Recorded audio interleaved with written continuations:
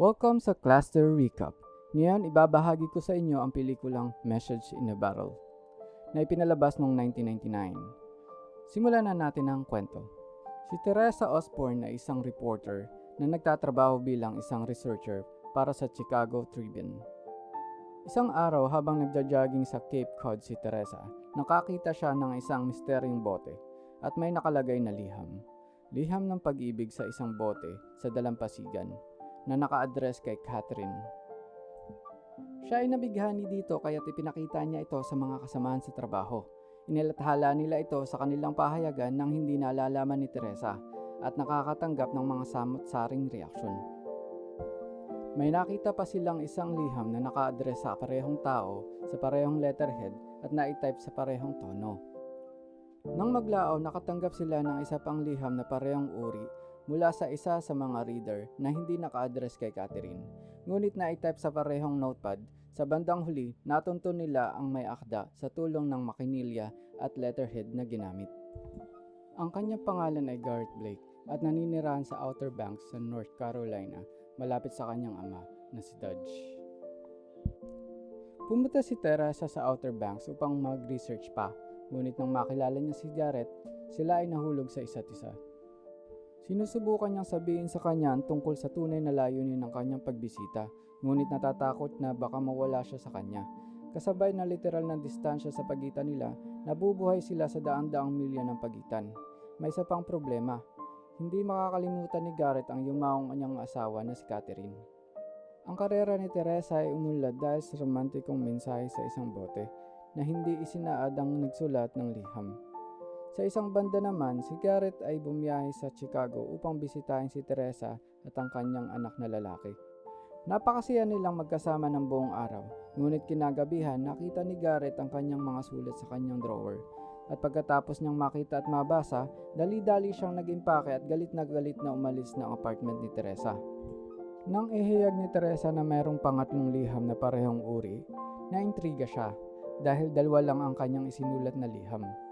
At dahil doon, siya ay bumalik sa apartment na tinutuluyan ni Teresa upang makita ang isa pang liham.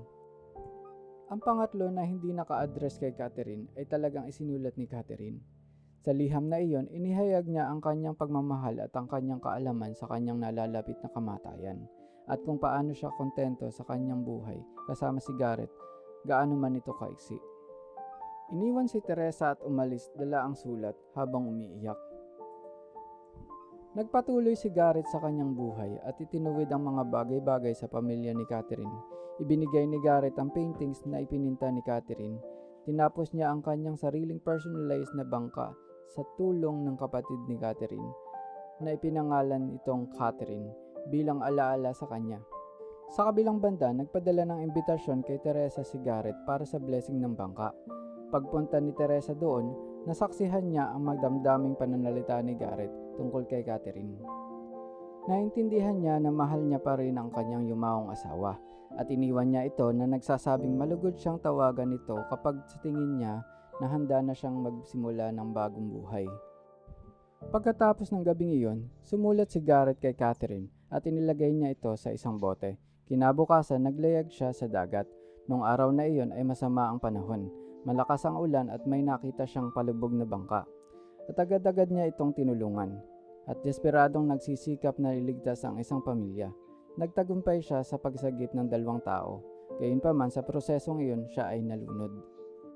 Tinawagan ni Dodge si Teresa at para ipaalam sa kanya ang tungkol sa pagkamatay ni Garrett. Nadurog ang puso nito. Pumunta si Teresa at para magpaalam. Ibinigay sa kanya ni Dodge ang liham na inilaan ni Garrett para kay Catherine na natagpuan sa kanyang bangka. Isinulat niya sa liham na nakahanap na siya ng mamahalin niya tulad ng pagmamahal niya kay Catherine.